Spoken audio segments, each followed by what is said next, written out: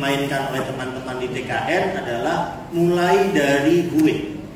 Kata Pak Jokowinya tidak ada. Jadi kalau kita ingin mengubah republik kira-kira, mulai dari gue.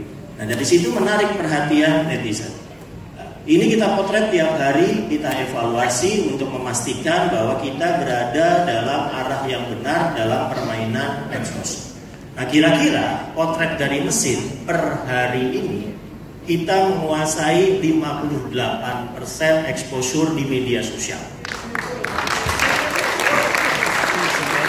Dan itu kita bergeraknya rame, asik. Kalau anak-anak teman-teman yang main medsos, kita bilang kekuatan kita adalah karena kita mampu main politik serius, tapi juga mau main receh.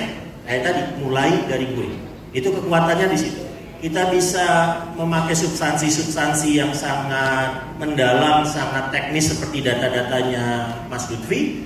Ya, tapi kita juga bisa misalnya dengan sangat baik memviralkan seorang Jan Etes yang di sana nggak ada. Kita bisa memainkan hal-hal seperti itu. Tapi pada dasarnya politik adalah persepsi. Maka kita harus memenangkan pertarungan persepsi itu. Nah, setelah persepsi itu kita tahu kita memainkan persepsi itu apa.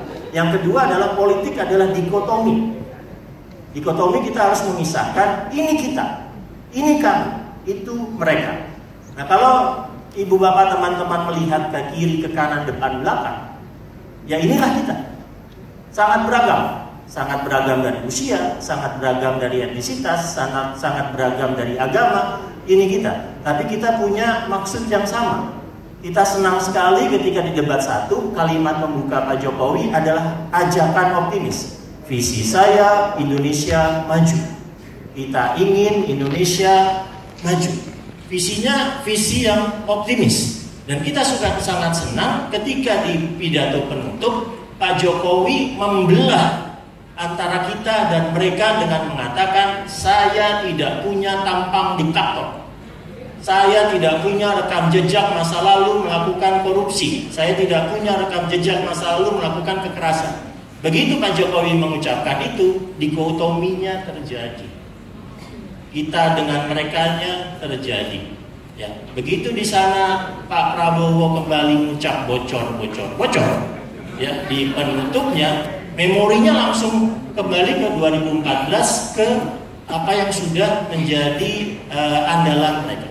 Tapi ini permainan medsos yang kita kalah. Nah, kalau ibu bapak, teman-teman ada yang bermain medsos, ingin tahu bagaimana pergerakan sehari-hari, silakan kontak kami baik di TKN maupun di relawan-relawan yang lain. Nah, silahkan dilihat. Gambar ini dari Iwulung.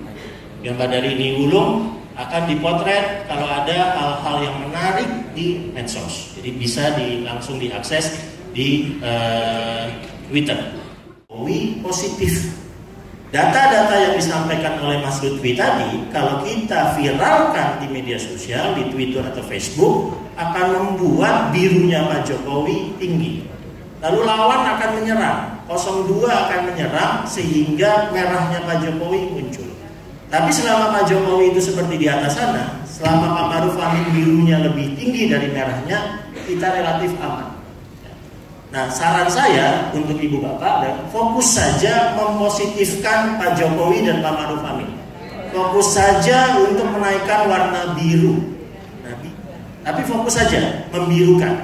Karena Pak Jokowi kalau besar birunya, kalau besar sentimen positifnya, peluang menangnya semakin besar.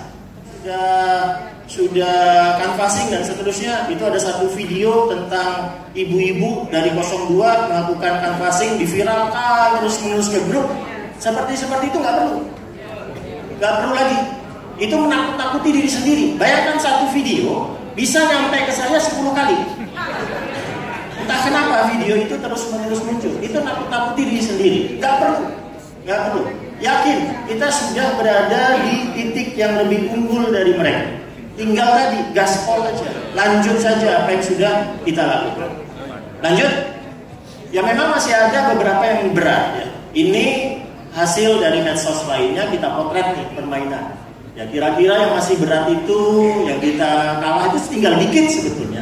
Yang mereka sudah melebihi kita tuh paling tinggal Jambi, Kalimantan Selatan, Riau, Nusa Tenggara Barat, Aceh, Sumatera Barat. Paling tinggal itu. Ya, jadi tinggal 1, 2, 3, 4, 5 tentang Pak Jokowi. Terus mereka bilang, enggak, Pak Jokowi itu siapa? Tahu nggak dengan Pak Ma'ruf Amin? Tidak, Pak Ma'ruf Amin itu siapa? Kalau jawabannya 0, daerah itu harus kita kunjungi 11 kali. 11 kali, balik 11 kali ke daerah itu. Tapi kalau jawabannya, sudah tahu Bu tentang Pak Jokowi, sudah. Terus ngobrol lagi, nuansanya positif nih tentang Pak Jokowi, itu kira-kira membutuhkan kunjungan bolak-balik ke daerah itu 5 kali. 2 kali menceritakan saja tentang Pak Jokowi. Menceritakan dulu tentang Pak Jokowi 1 dan 2. Yang ketiga, Bu, nanti 17 April nyoblos kan? Iya, nyoblos. Oke, nanti kita balik lagi ya. Yang keempat, kelima, baru Bu pilih Jokowi ya. Karena ini. Jadi pertama, kedua, ceritakan saja apa adanya tentang Pak Jokowi. Yang ketiga nanya, menggugah kesadaran bahwa haknya sebagai warga negara itu penting. Keempat dan kelima, pilih Jokowi ya. Itu kalau daerah itu oke ke Pak Jokowi, 5 kali cukup. Tapi kalau daerah itu minus ke Pak Jokowi, daerah lawan, berapa yang kita butuhkan untuk garap daerah itu? 15 kali. Ya, pertama menghabisi dulu negatifnya. Menghabisi dulu negatifnya itu 5 kali sendiri, 5-7 kali sendiri untuk membuatnya 0. Ya. Pak Jokowi PKI, dihabisi dulu. Pak Jokowi anti Islam, dihabisi dulu negatif-negatifnya itu. Setelah udah yakin 0, baru bercerita tentang Pak Jokowi. Setelah itu baru tahap berikutnya untuk memilih Pak Jokowi. Nah, jadi butuh panjang, tergantung daerahnya. Mau 11 kali, mau cukup 5 kali, atau mau 15 kali. Nah, daerah-daerah seperti itu kami punya. Ya, kami punya, Pak Erik sudah mengatur. Di daerah mana yang harus 15 kali, daerah mana yang 11 kali, daerah mana yang 5 kali.